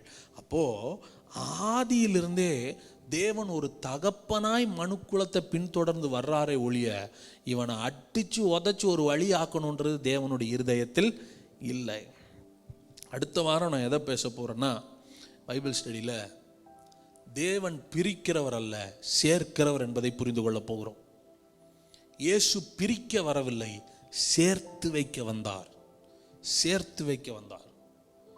ஒப்புரவாகுதலின் ஊழியத்தை நமக்கு என்ன பண்ணிட்டு போயிருக்கிறாரா, கொடுத்து போயிருக்கிறார். ஒப்புரவாகுதலின் ஊழியம் அடுத்த வாரம் நம்ம அதை டீட்டெயில்டாக படிக்க போகிறோம். ஜஸ்ட் ஒரு இன்ட்ரோடக்ஷன் மாத்திரம் உங்களுக்கு கொடுக்குறேன். நெக்ஸ்ட் வீக் நம்ம எதை பற்றி பார்க்க போகிறோம். சிலர்லாம் இடையில போந்தாங்கன்னா ஒரு சேர்ற மாதிரி இருக்கிறது கூட பிரிச்சுட்டு போயிடுவாங்க. சிலர்லாம் பரம்பரை பகையும் என்ன பண்ணிடுவாங்க, சேர்த்து வச்சுருவாங்க. இந்த மீடியேட்டர்ஸ் இருக்காங்க பார்த்தீங்களா, அவங்கள பொறுத்து தான் சேர்றதா பிரியறதானே இருக்குது. இப்போது சுவிசேஷம் என்பது பிரிந்திருக்கிறவர்களை சேர்ப்பதை ஒழிய சேரப்போறவர்களை பிரிப்பதல்ல. ஆமாம், ஒப்புரவாக்குதலின் ஊழியத்தை நம்மளுக்கு என்ன பண்ணியிருக்கிறாராம். இப்போ நாம் போய் ஒரு சுவிசேஷத்தை பேசுகிறேன்னா அதனுடைய விளைவு என்ன ஆகணும்னா, அவன் ஆண்டவரோட ஒன்னோட ஒன்றா ஐக்கியமாயிடணும். அதை விட்டுட்டு நான் பேசினதுக்கப்புறம் முந்தி இருந்ததை விட இன்னும் தூரமாக போனான்னு வைங்களேன், அது நற்செய்தி அல்ல, அது துர்ச்செய்தி. அப்போது தேவன் வல்லமை எதில் வச்சிருக்கிறார்னா நற்செய்தியில் வச்சிருக்கிறார். பவுல் சொல்கிறாரு, சுவிசேஷத்தை குறித்து நான் வெட்கப்படேன், அது முன்பு யூதரிலும் பின்பு கிரேக்கரிலும் விசுவாசிக்கிறவன் எவனோ அவன் ரட்சிக்கப்படுவதற்கு அது தேவ பலனாக இருக்கிறது. அந்த சுவிசேஷத்தில் ஒரு பலன் இருக்குது. அதை கேட்டானாலே அவன் பலன் அடைவான், அதை கேட்டானாலே அவன் மனம் மாறுவான். அந்த சுவிசேஷத்தில் வல்லமை வைத்து போய் அறிவியுங்கள் என்று சொல்லுகிறார். இன்றைக்கு நீங்களும் நானும் தேவனை குறித்த நற்செய்தியை சுமக்கிற பாத்திரங்களாய் கர்த்தர் நம்மை வைத்திருக்கிறார். நீங்களும் நானும் மெசேஜ் கேரியர்ஸ். பாருங்க, பவுல் சொல்றாரு, நீங்களே எங்களுடைய நிரூபங்களா இருக்கிறீங்க. நீங்களே என்னுடைய நிரூபங்களா இருக்கிறீங்க. நான் சொல்லட்டுங்களா, நம்ம பைபிள் படிக்கிறத விட வெளியே இருக்கிறவங்க நிறைய பைபிள் படிக்கிறாங்க. அவங்க படிக்கிற பைபிள் இது இல்லை, நீங்களும் நானும் தான். நீங்களும் நானும் பைபிள் ஒவ்வொரு புக்குன்றதை மறந்துடாதீங்க. பவுல் எழுதின லெட்டர் ரெக்கார்டாயிருக்கு, யோவான் எழுதின லெட்டர் ரெக்கார்டாயிருக்கு, மத்தேயு மார்க் லூக்காலாம் எழுதின லெட்டர்லாம் ரெக்கார்டாயிருக்கு. நம்ம லெட்டர்லாம் ரெக்கார்ட் ஆகாமல் நம்ம லைவாக வாழ்ந்துட்டுருக்குறோம். நீங்களும் நானும் தான் தேவனுடைய பிரதிநிதிகள் என்பதை மறந்து விடாதீர்கள். ஒரு மத்தேயு எழுதினதை படித்து நம்ம ரசிக்கப்படுறோம். ஒரு மார்க் லூக்கா எழுதின நிருபங்களை, அவங்க எழுதின சுவிசேஷங்களை பார்த்து நம்ம என்ன பண்ணுறோம், படித்து ரசிக்கப்படுறோம். இன்றைக்கி நம்மளை படிக்கிறவங்க, இன்றைக்கி நம்மளை பார்க்குறவங்க ரட்சிக்கப்படுறாங்களா, தேவனை ஏற்றுக்கிறாங்களா? இல்லைனா நீங்களும் நானும் தேவனை தவறாய் பிரதிபலிக்கிறோம் என்று அர்த்தம். தேவனை நியாயாதிபதியாய் காட்டி தேவனையும் மனிதர்களையும் பிரிக்காதீர்கள், தகப்பனாய் காட்டி கூட்டி சேருங்கள்.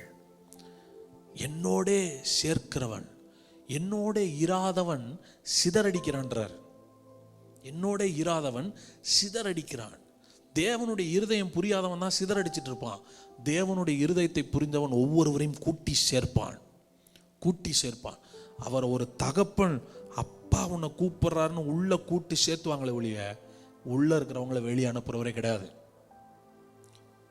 இயேசு சொன்ன ஓமையில 2 கூட்டம் தான் சொல்றாரு. ஒரு அப்பாவுக்கு 2 குமாரர்கள். இளையவன் சொத்தை வாங்கிட்டு வெளியே போனான், மூத்தவன் வீட்டிலே இருந்தான். ரொம்ப சந்தோஷம், வீட்டில் இருக்கிறான், அப்பாவோடதெல்லாம் மேனேஜ் பண்ணிக்கிறான்.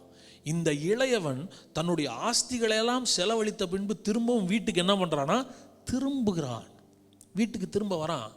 திரும்ப வர்றப்போ அப்பா அவனுக்கு மோதிரத்தையும் வஸ்திரத்தையும் பாதரட்சியும் போட்டு கொளுத்த கன்று அடித்து அவனுக்கு மேலே வாத்தியங்களை வைத்து நடன கழிப்பின் சத்தத்தை வச்சு விருந்து ஆயத்தப்படுத்துகிறாரு. இன்னொருத்தன் வரான், அவன் தகப்பனுடைய வீட்டிலே தான் இருந்தவன்.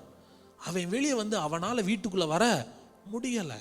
இப்போ தகப்பனுக்கு என்ன சந்தோஷம்னா, சின்னவன் செலவு பண்ணிட்டு வந்துட்டானேன்ற கோபம் இல்லை அவருக்கு, வீட்டுக்கு வந்துட்டானேன்ற சந்தோஷம். ஒரு நாளும் தகப்பன் வெளியே நிற்க வச்சு எவ்வளோ கொண்டு போனேன், எது எங்கே செலவாச்சு, எப்படி செலவு பண்ணி எப்படி இந்த எதுவுமே கேட்கல. அப்பாவுக்கு ஒரே சந்தோஷம். அப்படின்னா தேவன் இங்கே கணக்கு பார்த்து நியாயம் தீர்க்கிறவர் அல்ல, உறவை எதிர்பார்க்கிறவர். இயேசு சொல்றாரு, நீ வந்தா போதும், எங்களுக்கு நீ வந்தா போதும். அதே உள்ள ஒருத்தர் இருக்கிறான், அவன் எல்லாமே கரெக்ட், கோடு போட்டு வாழ்றவன்.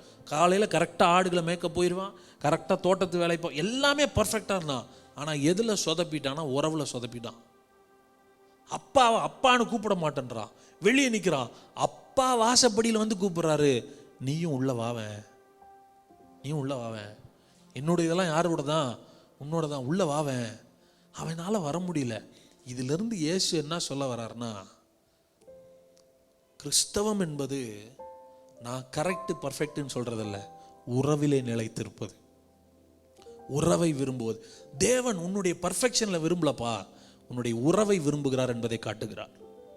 தேவன் நீ சரியா இருந்தையா அப்படின்னு உன்னோட ரெக்கார்டு எடுத்து பார்த்து உன்னை உள்ள விடுறவர் அல்ல. அப்பா வேணும்னு வரையா, அந்த உறவுக்காக இயங்குகிற தகப்பனை அறிமுகப்படுத்துகிறார். சுவிசேஷம் என்பது தகப்பனுடைய வீட்டிற்கு திரும்ப அழைப்பதை ஒழிய ஒரு ஜட்ஜ்மெண்ட் காப்பி வாசிக்கிறது அல்ல. நம்ம அறிமுகப்படுத்தும் போதே தேவனை ஒரு தவறானவராய், கண்டிக்கிறவராய், நீதிபதியாய், தண்டனை கொடுக்கிறவராகவே அறிவித்ததுனால தான் பக்கத்தில் வரைக்கும் பயப்படுறாங்க, பக்கத்தில் வரைக்கும் பயப்படுறாங்க. ஆனால் தகப்பனாய் அறிமுகப்படுத்தினா நான் சொல்றேன், ஓடி வந்து தோள் ஏறி உட்காந்துக்குவாங்க. இன்றைக்கு எப்படிப்பட்ட தேவனை நாம் அறிமுகப்படுத்துகிறோம்? நற்செய்தி என்பது அன்புள்ள தகப்பனை அறிமுகப்படுத்துவது, அன்பான தகப்பனை அறிமுகப்படுத்து. சில நேரத்தில் குழந்தைங்க தப்பு பண்ணிடுச்சுன்னா நம்ம பக்கத்தில் வர பயப்படுது, தள்ளி தள்ளி போகுது. நமக்கு அடிக்கணும்னு நினைக்கல, அது மனசுல என்ன நினச்சிக்குதுன்னா கட்டாயம் என்ன பண்ணிடுவார், அடிப்பார். இல்லை அடிக்கலவான்னு அதை கன்வின்ஸ் பண்ணி பக்கத்தில் வர வைக்கிறதுக்கு அப்பா அம்மா பல லாங்குவேஜ் யூஸ் பண்ண வேண்டியதாக இருக்குது, அதை கொஞ்சம் வேண்டியதாக இருக்குது. நமக்கு இவ்வளோ மனசு இருந்தா அப்பா என்னைக்காவது பரம்பு காட்டி கூப்பிடுவாருன்னு நினைக்கிறீங்க? அப்படி கூப்பிட்டா வந்துட போகிறாங்களா என்ன? இல்லை, அப்பா அன்பு காட்டி அழைக்க சொல்கிறாரு. உன்னை ஒப்புரவாக்கி விட்டார், வாங்க திரும்ப வாங்க, ஆண்டவர் உங்கள் உறவை விரும்புகிறா. இப்படி சொல்லித்தான் நயங்காட்டி அழைக்க சொல்கிறாரே ஒழிய ஆண்டவர் தண்டனை காட்டி மிரட்டி வைன்னு நம்மகிட்ட சொல்லலை. நம்ம எல்லாரும் நற்செய்தியாளர்களாக இருக்கணும். தேவனை இருக்கிற வண்ணமாய் காண்பித்து கொடுக்க பிரயாசம் எடுங்கள். இருக்கிற வண்ணமா, preach God as he is. அவர் இருக்கிற வண்ணமாய் காட்டுங்கள், அவர்கிட்ட இல்லாததை கொண்டு வந்து காட்டாதீங்க. இயேசு என்னெல்லாம் செஞ்சாருன்னு பாருங்க. நீங்க பேசுற சுவிசேஷம் இயேசுவோட ஒத்து போச்சுன்னா தட் இஸ் ரைட். நீங்க பேசுற சுவிசேஷத்துக்கும் இயேசுவின் வாழ்க்கைக்கும் இடிச்சுதுன்னா வெயிட். நீங்க பொறுமையா உட்காந்து படிச்சுட்டு அதுக்கப்புறம் சுவிசேஷத்தை பேசலாம். சுவிசேஷம் தேவனையும் மனிதர்களையும் பிரிப்பதல்ல, சுவிசேஷம் தேவனையும் மனிதர்களையும் இணைப்பது. அந்த இணைக்கிற ஒரு ஊழியத்தை தேவன் நமக்கு கொடுத்துருக்கிறார். ஸோ இன்னைக்கு நான் என்ன சொல்றேன்னா, ஒரு தேவனை நியாயாதிபதியாக பார்த்தா பக்கத்தில் போக பயப்படுவோம், தகப்பனாக பார்த்தா கூடயே சுற்றுவோம். சுவிசேஷம் என்பது தேவனை தகப்பனாய் அறிமுகப்படுத்துவது. ஏன் பிள்ளைகள் ஸ்கூலுக்கு போனால் ஒரு மாதிரி டெரராக இருக்கிறாங்க, வீட்டுக்கு திரும்புகிறப்ப சந்தோஷமாக இருக்கிறாங்கன்னா, மிஸ்ஸு மார்க் போடுவாங்கள்ல, மிஸ்ஸு மார்க் போடுவாங்க, குறைச்சிருவாங்களோ என்னுடைய கரெக்டாக பார்த்து தப்பு கண்டுபிடிச்சிடுவாங்களோ, குறைச்சிடுவாங்களோ, அந்த கண்ணோட்டம் ஒரு கிளாஸ் ரூமில் ஃப்ரீயாக இருக்க விட மாட்டேங்குது. அதே வீட்டுக்கு வந்தால் எவ்வளோ தப்பு பண்ணியிருக்கேன், அப்பா அம்மா மன்னிச்சு, இந்த கண்ணோட்டம் ஒரு நல்ல சூழலை உருவாக்குது. இன்னைக்கு பல பேர் தேவ பிரசன்னத்தில் ரொம்ப கஷ்டப்படுறதுக்கு காரணம் என்னென்னா, தேவனை குறை கண்டுபிடிக்கிறவராகவே பார்க்குறோம். குறை கண்டுபிடிக்கிறவராகவும் ஜட்ஜு பண்ணுறவராகவும் தண்டனை வாங்கி கொடுக்குறவருமா பார்க்குறோம். இல்லை, இயேசு எப்படி காட்டுறாருன்னா அப்பாவாக காட்டுகிறா. உனக்காக, உன்னோடு இருக்கிற உறவை எதிர்பார்க்கிற, உன்னுடைய உறவுக்காக ஏங்குகிற ஒரு தகப்பனை அறிமுகப்படுத்திட்டு போனதுனால வேதம் சொல்லுது, இயேசுவை பாவிகள் சூழ்ந்திருந்தார்கள். சகல ஆயக்காரரும் சகல பாவிகளும் அவர் பேசுவதை கேட்க அங்கே வந்து உட்கார்ந்துருந்தாங்களாம். இயேசுவுக்கு ஆடியன்ஸ் மெஜாரிட்டி யாருன்னா பாவிகள் தான். அப்போ நான் கேட்குற ஒரு நியாயாதிபதி நான் வந்து அப்படி உட்காருவானா? உட்கார மாட்டான். அப்போ இயேசு அன்பின் தகப்பனை அறிமுகப்படுத்தி பாவிகளை ரட்சித்திருக்கிறார். அன்றைக்கு வாழ்ந்த மனிதர்களுடைய கண்ணோட்டம்லாம் எப்படின்னா, இயேசுக்கும் பாவிக்கும் சுத்தமாக ஆகாது, பக்கத்தில் கூட வைக்க முடியாது, அதனால் வந்து இந்த பாவத்துக்கு இவ்வளோ பரிகாரம் இருக்குன்னு இதையவே செஞ்சுருக்கிறாங்க. ஆனால் இயேசு வந்து ஒரே நிமிஷத்தில் எல்லாத்தையும் உடைக்கிறார். ஒரு பலி இல்லை, ஒன்றும் கிடையாது. முன்னாடி இறக்கணும்னு சொல்கிறார். உன் பாவம் உனக்கு மன்னிக்கப்பட்டது, உன் படுக்கை எடுத்துக்கொண்டு. That simple. பாவ மன்னிப்பை ஒரு மிகப்பெரிய ப்ராசஸாக காமிச்சிட்டு இருந்த உலகத்தில் டப்புன்னு வந்து இது ஒரு மேட்ரியல், அப்பா உன்னை நேசிக்கிறார்னு சொல்லிட்டாரு. அப்போ இயேசு பிதாவை வெளிப்படுத்துகிற ஊழியத்தை செய்தார். தேவன் உன்னுடைய குறையை கண்டுபிடிப்பதை பார்க்கிலும் உன் உறவை விரும்புகிறவர் என்பதை வெளிப்படுத்தினார். நான் என்ன சொல்கிறேன்னா, உறவில் இருக்கிறவங்கனால குறை செய்யவே முடியாது, பாவம் செய்யவே முடியாது. பாவம் பரிசுத்தம், இதை மட்டும் சொல்லி முடிக்கிறேன். பழைய ஏற்பாட்டின் நியமம், அவர்களுடைய புரிதல் எப்படி இருந்துச்சுன்னா, பாவம் என்பது பரிசுத்தம் என்பது பாவிகளோடு ஒட்டாதது என்று நினைத்தார்கள். ஓகேங்களா? பரிசுத்தம் என்பது பாவியோட கலக்காமல் இருந்தால் அவங்க பரிசுத்தம்னு நினைக்கிறாங்க. ஆனால் தேவனை பொறுத்த வரைக்கும் பரிசுத்தம் என்பது பாவியோட கலக்காமல் இருப்பதல்ல, தேவனோடு கலந்திருப்பது. ரெண்டு வித்தியாசம் இருக்குது. புரியுதுங்களா? இவங்களுடைய கான்செப்டில் எப்படி இருக்குன்னா, பாவியை விட்டு தூரமாக இருக்கவன் பரிசுத்தவான்றாரு. ஆனால் இயேசுவனுடைய கான்செப்டில் எப்படின்னா, தேவனோட இணைஞ்சிருக்கிறவன் பரிசுத்தமாக இருக்கிறான், அவன் எங்கே இருந்தாலும் பிரச்சனை இல்லை. அதனால தான் பாவியோட இயேசு இருக்கும்போது இவங்களுக்கு என்ன பயம்னா, இவர் எப்படி பரிசுத்தமாக இருக்க முடியும், பக்கத்தில் யார் இருக்கா? ஆனால் இவரை பொறுத்த வரைக்கும் என்னென்னா, நான் தேவனோடு இருக்கனால பாவி வந்தாலும் அவன் பரிசுத்தமாயிருவான் அப்படின்றது இவருடைய கண்ணோட்டம். ஸோ அவர் சேனைகளின் கர்த்தர், பரிசுத்தர் பரிசுத்தர் பரிசுத்தர்னு ஓயாமல் என்ன பண்ணிட்டு இருக்காங்களா? பாவமே செய்யலைன்னா அவருக்கு பரிசுத்தர்ன்ற பட்டம் எதுக்கு? அப்போ பரிசுத்தம் என்பது பாவம் செய்யாமல் இருப்பதல்ல, தேவனோடு ஒன்றாய் கலந்திருப்பது. தேவனோடு இணைந்திருக்கிறவர்கள் பரிசுத்தவான்கள். அவரை விசுவாசிக்கிறவர்கள், அவரோடு வாழுகிறவர்கள், அவரோடு உறவில் நிலைத்திருக்கிறவர்கள் எல்லாம் பரிசுத்தவான்கள். அவர்கள் நிச்சயமாய் பாவத்தை மேற்கொள்ளுவார்கள். அவங்க நிச்சயமாக பாவத்தை மேற்கொள்வாங்க. அவங்க பாவத்தை ஜெயிச்சிருவாங்க. அவர்கள் பாவிகளையும் பரிசுத்தவான்கள் ஆக்கி விடுவார்கள். ஸோ பரிசுத்தம் பாவன்றதை நம்ம புரிஞ்சுக்கணும். நம்ம நினச்சிட்டு இருக்கிறோம் பாவம் பண்ணாமல் இருக்கிறவங்க பரிசுத்தம். தேவனோடு இருப்பதினாலே நீங்கள் பாவத்தை ஜெயிக்கிறீர்கள், பரிசுத்தவான்கள் ஆகிறீர்கள். அவருடைய வித்து நமக்குள் இருக்கிறது. we carry the seed of God. அவருடைய வித்து நமக்கு. ஸோ இந்த நாளில் உங்கள் மனதில் நீங்கள் தியானத்துக்காக எடுத்துகிட்டு போக வேண்டிய ஒரு சத்தியம் என்னென்னா, தேவனை ஒரு வேளை இது வரைக்கும் ஒரு நியாயாதிபதியாக, ஒரு நீதிபதியா சிங்காசனத்தில் உட்காந்துட்டு அப்படியே பார்க்குறவரா, மிரட்டுறவரா, பிரிக்கிறவரா பார்த்தீங்கன்னா, இன்றைக்கு இயேசு உங்களுக்கு வெளிப்படுத்துகிறார். அப்படிப்பட்டவரை அல்ல, அன்பின் தகப்பனாய், உங்களோடு உறவை விரும்புகிறவராய், உங்களுக்கு பின்பாக வருகிறவராய், உங்களை சரி செய்கிறவராய், நீங்கள் விழும்போது அவரும் சேர்ந்து உங்களை தூக்கி விடுகிறவராய் உங்களுக்கு அறிமுகப்படுத்துகிறார். ஆதாம் ஏவாள் விழுந்தாங்க. விழும்போது தூரத்தில் உட்காந்துட்டு சரியாய் என் முன்னாடி வான்னு சொல்ல, அவரும் இறங்கி சரி செய்கிறார். இன்றைக்கி நான் சொல்லட்டுங்களா, இன்றைக்கி நம்ம தவறும்போது, நம்ம பாவம் செய்யும்போது ஆண்டவர் நம்ம நியாயம் தீர்க்கிறவர் அல்ல, நமக்காக ரத்தத்தை சிந்தி, நமக்காக ஜீவனை கொடுத்துட்டு, அதற்கு அடையாளமாய் அப்பத்தையும் ரசத்தையும் கொடுத்து, இதை உட்கொள்ளும் போதெல்லாம் நீங்கள் என்னை உட்கொள்ளுகிறீர்கள், இதனால் பரிசுத்தமாகிறீர்கள் என்கிற அடையாளத்தையும் கொடுத்து நம்மோடு கலந்து நம்மை மீட்கிற தேவனாய் அவர் இருக்கிறார். அந்த தகப்பன் நம்மோடு நம்முடைய சூழலில் வந்து நம்மை மீட்கிறவராகத்தான் இயேசு காட்டுகிறாரே ஒழிய எங்கேயோ எட்டாத உயரத்தில் உட்கார்ந்துட்டு நம்மை ஜட்ஜ் பண்ணுறவரை காட்டவே இல்லை. எப்படி ஒரு குழந்தை ஒரு சேற்றில் ஒரு சகதியில் விழும்போது ஒரு தாயாய் தகப்பனாய் நானும் சகதிக்குள் போய் பிள்ளையை தூக்குவேனோ, அதே போல தகப்பன் பாவத்தில் விழும்போது அதே பாவமான உலகத்தில் தம்முடைய குமாரனை அனுப்பி நம்மை மீட்டெடுத்த தகப்பனை காட்டுகிறாரே ஒழிய சிங்காசனத்தில் உட்கார்ந்து சேரக்கூடாத இடத்துல உட்கார்ந்துக்கிட்டு நம்மளை ஜட்ஜ் பண்ணுற தகப்பனை தேவன் காட்டல. நற்செய்தி என்பது தேவன் தகப்பனாய் உங்களை பின்தொடர்ந்து வருகிறார் என்பது தான் நற்செய்தி. இந்த மாலை நேரத்தில் எல்லாரும் கண்ணில் மூடி அந்த தேவனுக்கு நன்றி சொல்லி, தகப்பனே உமக்கு நாங்கள் நன்றி சொல்கிறோம்ப்பா.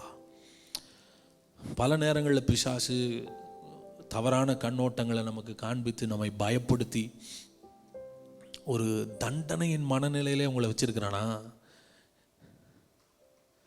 அவர் தண்டிக்கிறவர் அல்ல, மன்னித்து புது வாழ்வு கொடுக்கிறவர், உறவை விரும்புகிறவர். God is after relationship. உறவை விரும்புகிறவர், பிரச்சனைகளை சரி செய்கிறவர், சரி செய்கிறவர், சரி செய்கிறவர். தேங்க்யூ ஜீசஸ், ஹல்லேலூயா, தேங்க்யூ லார்ட். நீதி செய்கிறவர், சரி செய்கிறவர். நன்றி அப்பா, உமக்கு நாங்கள் நன்றி சொல்கிறோம். நம்ம வீட்டில் யூஸ் பண்ணுற ஒரு மிக்சியோ ஒரு கிரைண்டரோ ரிப்பேர் ஆயிடுச்சுன்னா அதை நம்ம போட்டு அடிக்கிறது இல்லையே, அதை தூக்கிட்டு சர்வீஸ் ஸ்டேஷன் போகிறோம், அவங்கள்ட்ட காசை கொடுத்து சரி பண்ணுறோம். ஏங்க ஒரு 4000 ரூபா 3000 ரூபாய்க்கு வாங்கின மிக்சி ரிப்பேர் ஆனால் காசு செலவு பண்ணி சரி செய்ய முடியுதே. உலக தோற்றத்துக்கு முன்னாடி பார்த்து பார்த்து உருவாக்குன உங்களை நீங்கள் தவறி விழும்போது அடித்து கொள்ளுகிறவர் அல்ல, ரத்தத்தை சிந்தி உங்களை மீட்டெடுக்கிறவர், ரத்தத்தை சிந்தி மீட்டெடுக்கிறவர். உங்களை அடித்து கொள்றதுக்கு அவர் இவ்வளோ நாள் பாதுகாத்து வச்சிருந்திருக்கணும். இயேசு பரம தகப்பனை நமக்கு அறிமுகப்படுத்துகிறார். நம்மோடு நம்முடைய சூழலில் இறங்கி நம்மை மீட்டெடுக்கிற ஒரு தகப்பனை நமக்கு அறிமுகப்படுத்துகிறார். நற்செய்தி என்பது தேவன் உன் பின்னாலே வருகிறார் என்பதுதான். 100 ஆடுகள் இருந்தது, ஒரு ஆடு காணாமற் போனது. நல்ல மேய்ப்பன் தொலைஞ்சு போகட்டும், என்னை விட்டு போச்சுல சாகட்டும்னு நினைக்கல, 99 விட்டு ஒரு ஆட்டின் பின்னாடி போய் அதை தூக்கி தோள் மேலே போட்டு, நான் நினைக்கிறேன் சும்மா தோளில் போட்டு வந்திருப்பாருன்னு நினைக்கிறீங்களா? காலில் ஏதாவது முள்ளு குத்திருக்கா, ஏதாவது மிருகம் கடிச்சிருச்சா, தாக்கிருச்சா, கீழே விழுந்துச்சா, சேற்றில் விழுந்துருச்சா, பள்ளத்தில் விழுந்துருச்சா, அடிபட்டுருச்சா, தடவி கொடுத்து கூப்பிட்டு வந்திருப்பார்ல. அவர் தான் பரம தகப்பன். விழுகிறவர்களை தூக்குகிறவர், அவர்களை குணமாக்குகிறவர், அவருடைய வாழ்க்கையை சீரமைக்கிறவர், உறவிலே கொண்டாடுகிறவர், நீங்கள் திரும்பி வரும்போது விருந்து செய்கிறவர். அந்த தகப்பனைத்தான் இயேசு அறிமுகப்படுத்துகிறார். 3 உவமையிலும் சொல்லுகிறார், காணாமற் போனது கண்டுபிடிக்கும் போது எல்லாரையும் கூப்பிட்டு விருந்து செய்ய மாட்டாங்களா? அப்படிதான் பரலோகத்தில் இருக்கிற தகப்பனும், இவன் எப்படா சிக்குவான், இவனை பழி வாங்கலான்னு பார்க்கிறவர் அல்ல, எப்போ என்கிட்ட திரும்பி வருவான் கொண்டாடலான்னு பார்க்கிற தேவன்.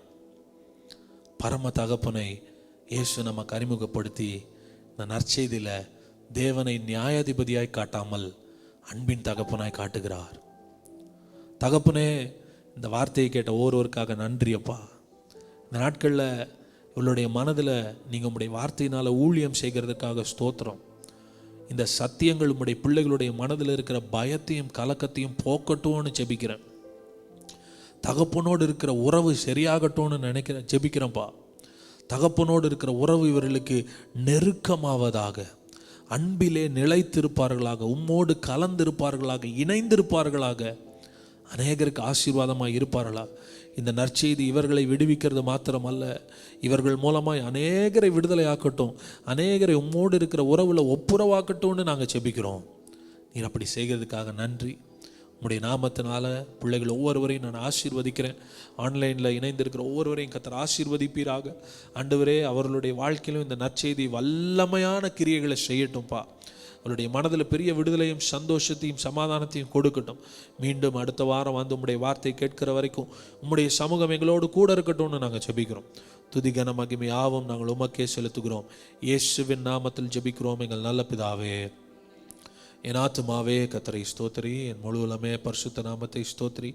என் ஆத்துமாவே கர்த்தரை ஸ்தோத்திரி, அவர் செய்த சகல உபகாரங்களையும் மறவாதே. Amen, amen. Praise the Lord. God bless you. கர்த்தர் உங்களை ஆசீர்வதிப்பார். ஆன்லைனில் இந்த பைபிள் ஸ்டடியில் இணைந்திருந்த உங்கள் எல்லாரையும் வாழ்த்துறோம். அடுத்த வாரம் இதே போல் வியாழக்கிழமை மாலை 7 மணிக்கு ஆன்லைனில் பைபிள் ஸ்டடி நடக்கும். நீங்கள் இணைந்து ஆசீர்வதிக்கப்பட அன்போடு கேட்டுக்கொள்கிறேன். வருகிற ஞாயிற்றுக்கிழமை காலை 7:30 மணிக்கு ஆராதனை லவ் ஆஃப் காட் மினிஸ்ட்ரிஸ் சேனலில் நடக்கும். நீங்கள் இணைந்து கர்த்தரை மகிமைப்படுத்த உங்களை அழைக்கிறோம். God bless you. Thank you so much.